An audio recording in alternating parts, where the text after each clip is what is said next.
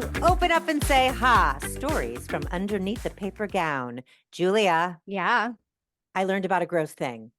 of course you did. Of Please, course I please did. share. You're in the right place to share. Okay, so Okay. Julia's one of my dearest friends, so she Mhm. knows this, listeners, but I have been having rough skin on my buttocks and I have psoriasis. That's not what it is. We're not, I haven't seen a derm yet because long story short, I'm not even going to Because bore you it's with why I haven't seen it. tedious. No, Tedious. here's honestly why. A Tell me. while ago, there was a medical hack, remember?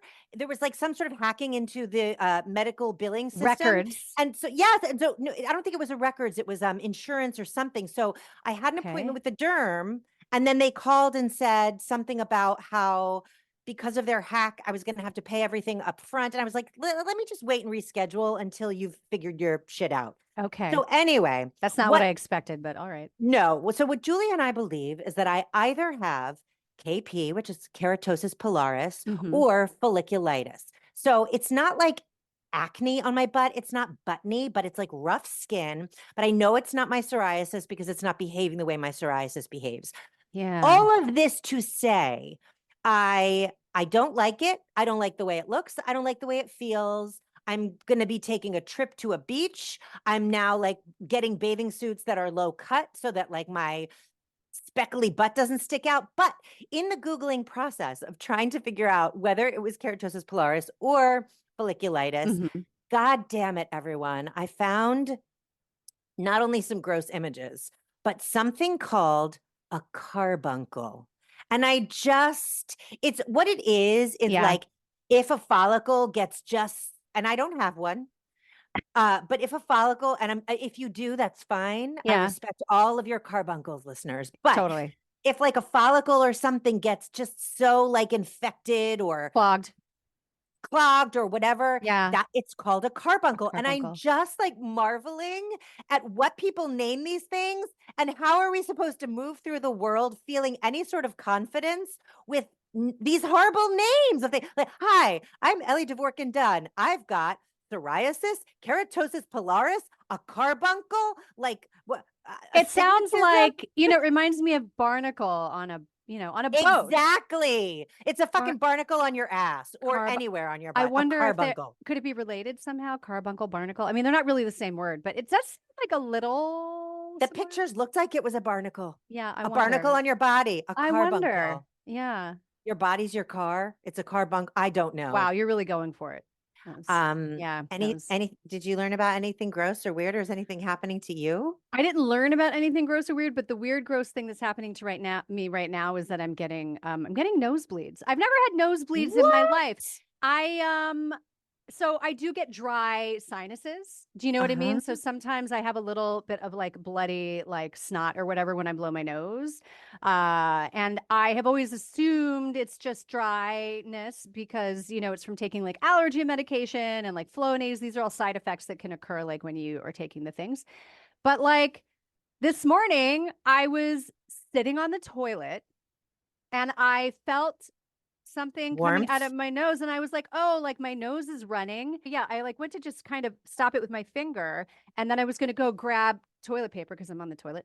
But while I was doing that, this is a stupid thing, but like my sleeve was falling down like over my hand and it was bothering me. So I was like, "Oh, I'm just going to move that before I go and get the toilet paper." And I got blood all over my arm and was just like, "What just happened?" Like all over my sweatshirt sleeve. So then I just had blood on my face, blood on my sweatshirt, and then I was like, I had the nosebleed, and I was like, that's a new thing. Normally, again, it's just like a little like bloody snot, and this was just like full on Sure. nosebleed. And by the way, listeners, if you ever need to get blood out of something that you're wearing, peroxide, just so you know. That's a great tip. Yeah, it's a Hot great tip. tip. Hot tip, I hot don't tip, know what peroxide. I don't know what you should do for a carbuncle, but peroxide is good for blood on a sleeve. Yeah. And I put like a little tissue up my nose and just kind of walked around the house and like waited for it to stop. How many times has this happened?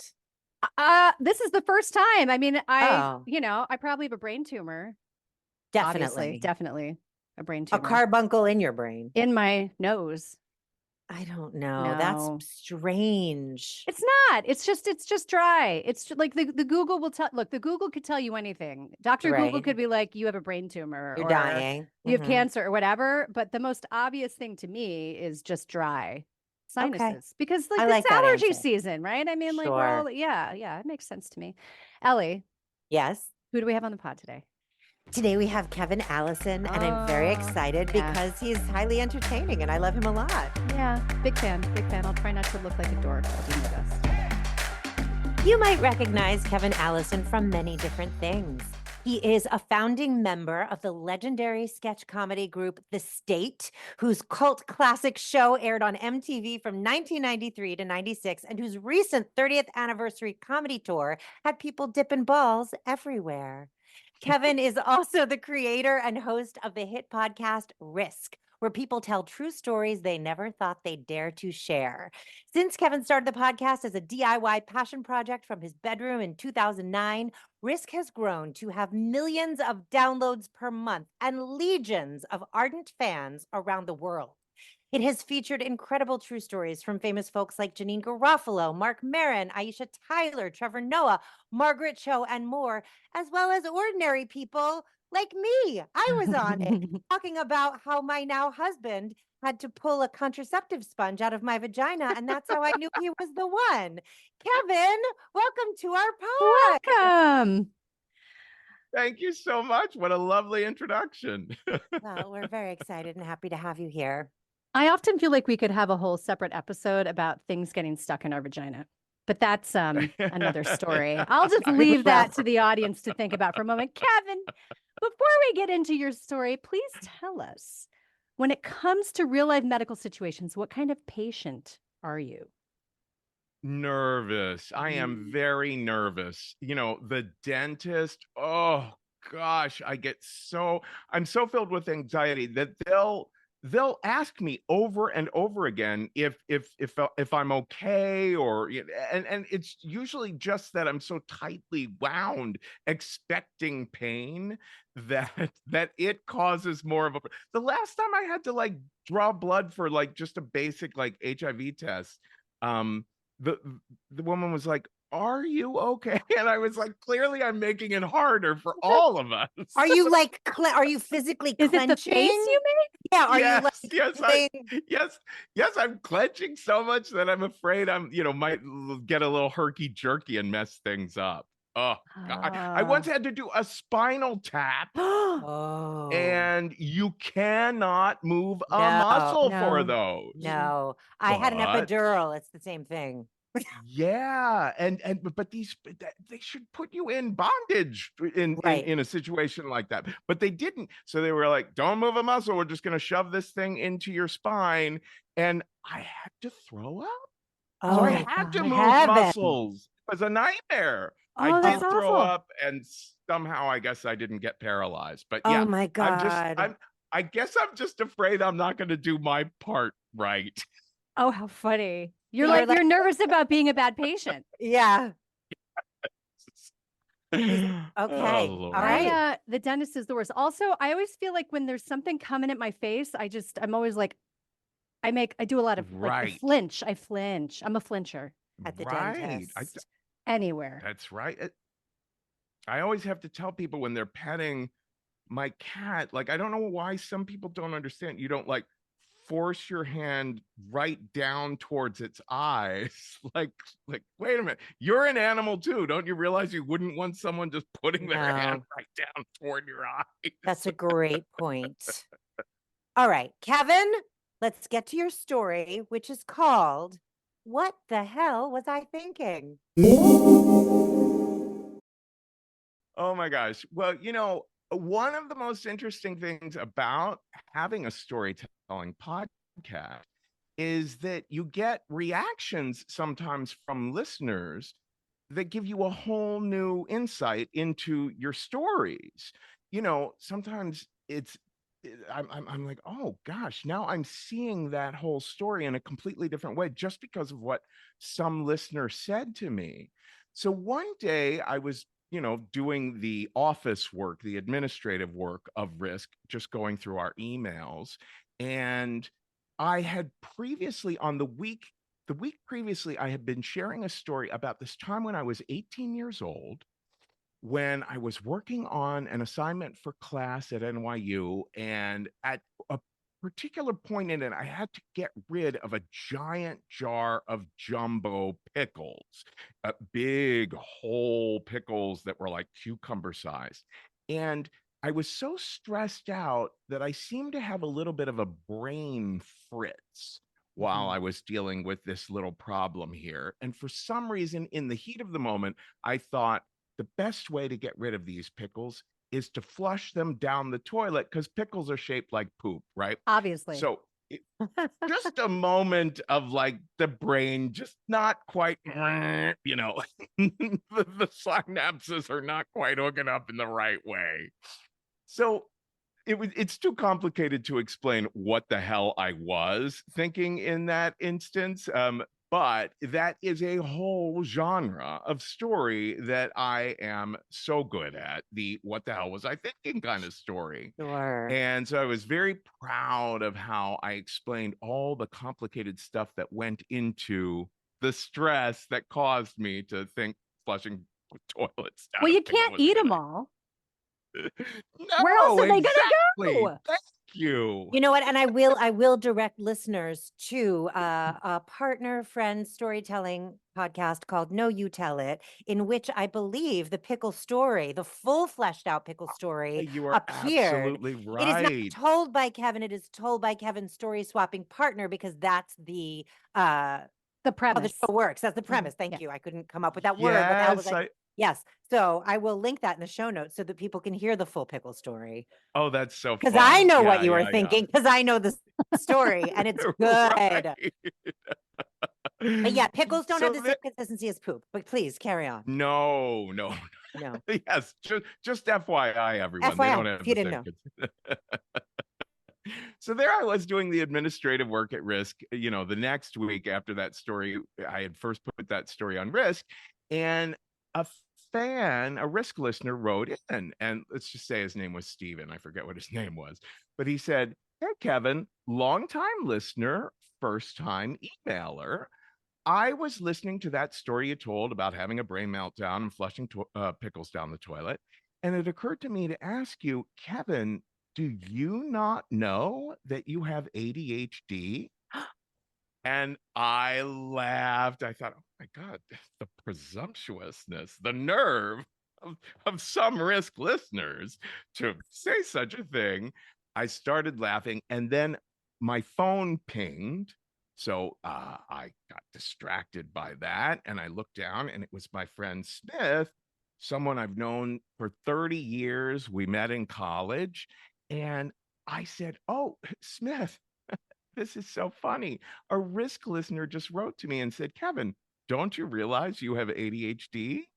And Smith texted back and said, Kevin, you don't know that yet?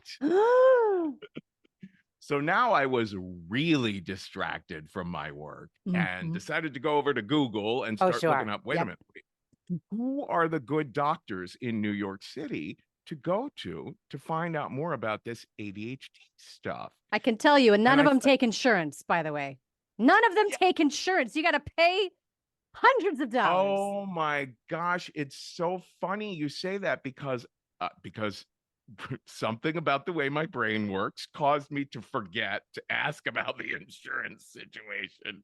And in the end, this guy was so sweet, and with the diagnosis he gave me, he had mercy on me. He gave me a solid about it all. But anyway, I go to this doctor. His name's Dr. Adler. He has me fill out this long questionnaire about my history, my psychology, my family, all this stuff. And after finished filling it out, we sat down to talk. And he said, "Oh, I see you have two brothers and two sisters. Did they have any nicknames for you when you were a kid?" And I said, "Oh, yeah, yeah. Space Cadet and Spaz."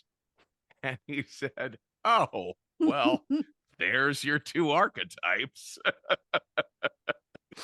So we talked for a while, and he finally explained to me, he was like, "Look, we diagnose ADHD as mild, moderate, or severe. And some people have mostly the inattentive type. Some people have mostly the hyperactive type. But the folks who have it hardest are the folks who have the combined type, where the inattentiveness and the hyperactivity are both going at full tilt. Mm-hmm. And unfortunately, I have to tell you that I am diagnosing you as having severe ADHD of the combined type. Wow. Congrats. Yeah. Yeah, thank you. You got a label, another one. I don't know. We all have Right. many. Just to your point, so my husband, his nickname for me when we first met, and I still married him anyway, is Noodle Brain. And then when he met my mother, Oh. he said, "Oh, the noodle doesn't fall far from the bowl." Oh my God. I mean, No. Julia, you never told me that. Truth. And I've never thought of you as noodle brain until the past 2 years. And my childhood, And then I got on the meds, and now, yeah, 100% noodle brain. And now I'm thinking about my childhood nickname, which was Ellie Belly. And my belly is also it's present. It's the part of me that what if all childhood nicknames are deeply meaningful and come true, like medically? Belly Right, belly. right. Wouldn't Where that do be I even begin something? with that? I don't know. But I don't anyway, know. okay, so you get this Uh, severe diagnosis and then Well, I got to tell you, this whole thing is about trying not to get overwhelmed, right? In those 5 years since that diagnosis, I have gotten so many ADHD books and ADHD courses and ADHD coaches and listened to so many ADHD podcasts. I have never been so overwhelmed by a subject than this one, which is supposed to be about helping you to not be overwhelmed. I mean, I was listening to this course just today where it was like, oh my God, I feel like this doctor is telling me I have to learn how to eat different, sleep different, walk Oh. different, like just everything that I found that is truly like just okay, this totally works is the medication, right? The stimulant medication for those of us with ADHD brains, it's a little counterintuitive. The stimulant medications like Adderall, they actually don't stimulate us quite so much as other people as they do kind of help us get grounded and centered and focused, right? But the tragedy is that they do stimulate neurotypical people who abuse them. So there's a Mhm. constant shortage of them Yes. for us. Yes. But anyway, like I said, the diagnosis has helped me to understand some of my old stories better. And here's one Oh. that comes to mind. I was 9 years old when I was in the garage talking to an imaginary friend, which was how I spent a tremendous deal of my time back then, right? Well, and let's be honest, and today. did your imaginary friend have a name? Henry at one point, and for some reason, I had the impression that my imaginary friend Henry was going to teach me how to play the guitar. I don't Huh. remember why, but oddly enough, that didn't pan out. Wouldn't it be You didn't- great if it did? That Oh would be my a wild God. story. That would be great. But anyway, so at that time in my life, I kept running into problems with not looking at where I was walking while I was talking to an imaginary friend. So at one point, I stepped on a rake.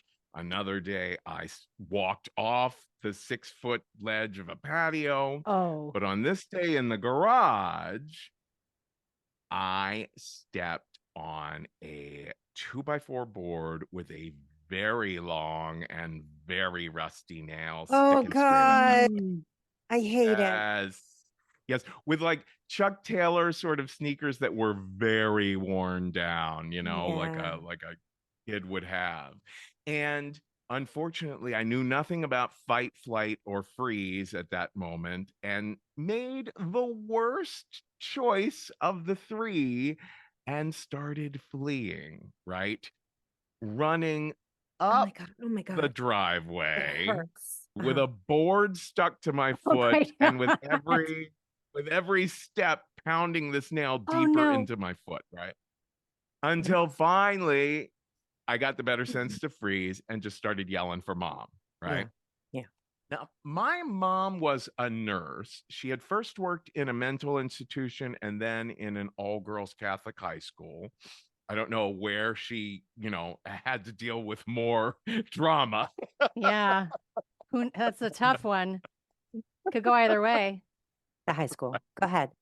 I think Um, you might be right. Yeah. and she knew exactly where to take me. I don't remember if it was a doctor or a clinic or a hospital, but she took me to get this worked on. And she did not know the particular doctor that was going to see me that day.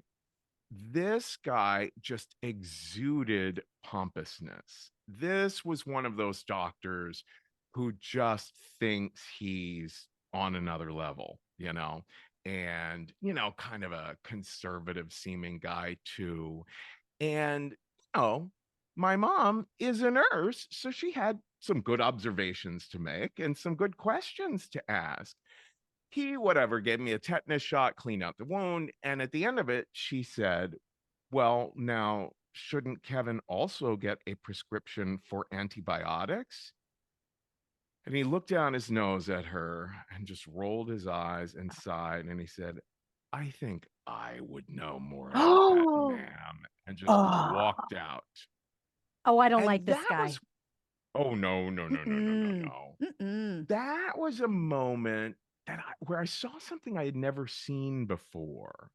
Uh, First, my mom started crying, oh no. but it was a very interesting sort of crying because I could see two things. I could see how hurt she was by how he had spoken to her, but also how outraged she was. Oh yeah. She was crying, but she was simultaneously like had this sound in her voice and look in her face like, how dare you?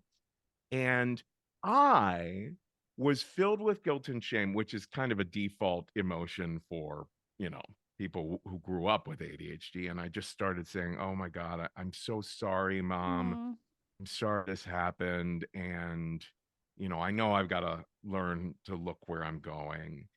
And she said something that is useful to me to this very day. She said, it's okay, we all make mistakes and we just have to forgive ourselves and, try to learn from our mistakes. But then she said something that I've never forgotten. She said, like today, for example, you just learned what a sexist pig sounds like. Love Yes. it. Yes, mom. And that is good mothering. Yes. That is excellent mothering. I've never forgot that was a useful lesson to this very day too. Yeah, yeah, Absolutely. What an asshole. yeah. Mm. It Did was you get so interesting antibiotics? to You didn't get them? That's what I'm stuck on. I know. no, I don't remember. I No, don't remember. sure. Well, I guess you Yeah. didn't get gangrene, so Yeah. you would know, I Right. suppose, if your If you foot, you needed have a them. foot. You have a foot? You have a foot. I've seen you. I still have but when I started thinking about this story earlier today, I walked into the bathroom and I was like, oh my God, I'm feeling, you know how that happens when you try to go Yeah. back into the sense memory of a story. I was like, oh God, I can feel that rusty nail Oh, again. yeah. They say you forget pain, but I feel like you can kind of recall it in a way that gives you chills. Yeah. Here's a part that I didn't include in the story because it doesn't like get toward any controlling idea of the story. I was also raised like ultra Catholic. Mm. And I remember trying to get brownie points with mom on the way to the doctor in the car by saying, now I know how Jesus felt. Oh, God. Nail in the foot. Now I know. And This now is I know what it. it's like to die for all the sins. Right. All Oh the my sins. God. That's brilliant. Yeah. That's brilliant. I mean, you did know. You did in a way. Yeah. Yeah. Yeah. I'm no longer Catholic, but I still feel like apologizing to Jesus. Sure, let's all do it. I'm Jewish, but I have every right to I love mean, you're them. the one who should apologize, Ellie. You killed Right. him.